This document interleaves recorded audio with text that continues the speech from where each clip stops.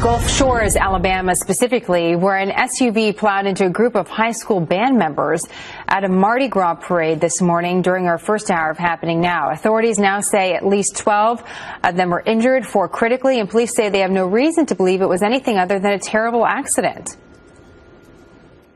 Every indication, as Grant indicated, is that it was not involving drugs or alcohol, nor is there any indication that this was an intentional act. Every indication is that it was just a tragic accident. John Sharp is a reporter for AL.com, covers local news in Alabama. He joins us by the phone. And it's my understanding, John, that you were at the parade with your family? Yeah, I was down here, I had the day off, and I was down here to watch the Mardi Gras parade. It's been going on for years in Gulf Shores. It's a very family-friendly event, and my family was down here to watch it, and it just didn't happen. And then the social media started blowing up, and rumors started flying about what had happened.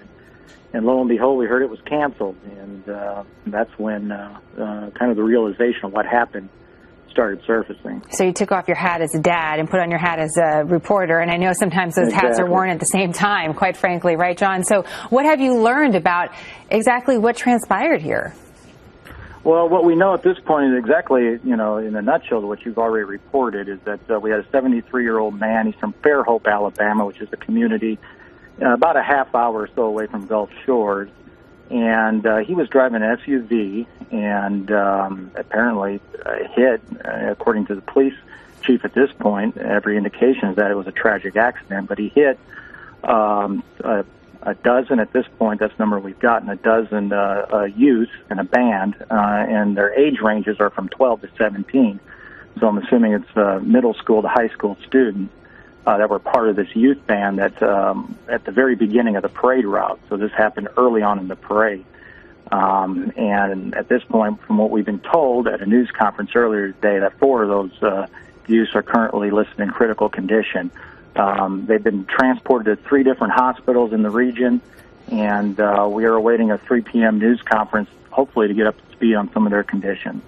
What have you learned about the accident when it took place, John? Because it's difficult to understand how one just runs over this group of people. And you said a 73-year-old driver, SUV. Is there anything else we're finding out about what happened there?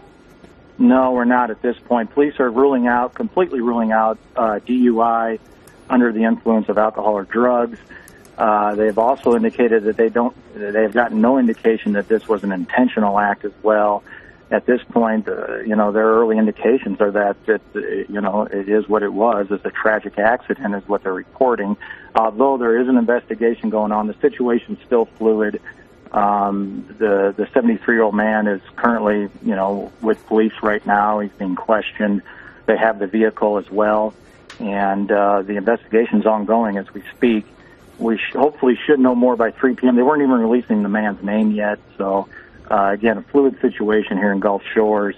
Very sad, very tragic. A lot of people are. This is just something that doesn't happen down here. Right. Well, you can imagine, as you pointed out to us, and it was good to hear it from you, that it's a day when most students have the day off of school. Everyone's gathering to watch this parade, and we do understand that accidents do happen. So we look forward to hearing a little bit more details to get a better idea of what actually happened in those fatal few moments. John, it's great to have you on this program. We appreciate it very much, and the best to you and your family. Thank you.